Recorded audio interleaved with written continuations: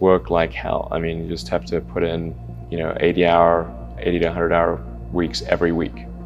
All those things improve the odds of success. If other people are putting in 40-hour work weeks and you're putting in 100-hour work weeks, then even if you're doing the same thing, you know that in 1 year you will achieve what they achieve. You will achieve in 4 months what it takes them a year to achieve. If something really makes sense, or if it's just what everybody else is doing. It's hard to think that way. You can't think that way about everything. It takes a lot of effort, but if you're trying to do something new, it's the best way to think.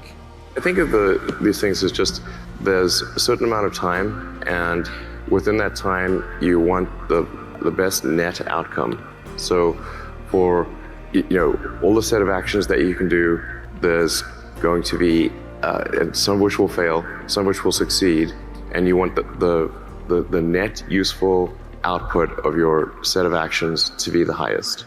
You need to work, depending upon how well you want to do, and particularly if you're starting a company, you need to work super hard. So what does super hard mean? Well, when my brother and I were starting our first company, instead of getting an apartment, we just rented a small office and we slept on the couch. And we showered at the YMCA, and we're so hot up, we had just one computer. So the website was up during the day, and I was coding at night, 7 days a week, all the time. And I sort of briefly had a girlfriend in that period, and in order to be with me, she had to sleep in the office. So work hard, every waking hour. That's the thing I would say, particularly if you're starting a company. And if you do simple math, say okay, if somebody else is working 50 hours and you're working 100, you'll get twice as much done in the course of a year as the other company. If you want to make progress in things, I think the best analytical framework for understanding the future is physics. I'd recommend studying the thinking process around physics, not the equations. The equations certainly they're helpful, but the way of thinking in physics is it's the best framework for understanding things that are counterintuitive, and always taking the position that you are to some degree wrong, and your goal is to be less wrong over time. One of the biggest mistakes people generally make, and I'm guilty of it too, is wishful thinking. You want something to be true even if it isn't true. And so you ignore the things that, you ignore the real truth because of what you want to be true. This is a very difficult trap to avoid. And like I said, it's certainly one that I find myself in having problems with. But if you just take that approach of you're always to some degree wrong and your goal is to be less wrong, and solicit critical feedback, particularly from friends. Particularly friends, if somebody loves you, they want the best for you. They don't want to tell you the bad things. So you have to ask them, and say, I really do want to know. and then they'll tell you. You don't need college to learn stuff, okay?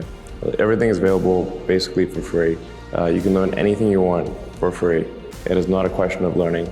There is a value that colleges have, which is seeing whether can somebody work hard at something, including a bunch of sort of annoying homework assignments, and still do their homework assignments and kind of soldier through and get it done.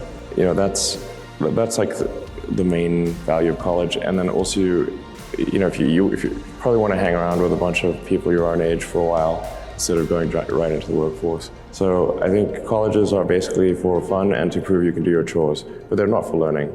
I think failure is bad. I don't think it's good.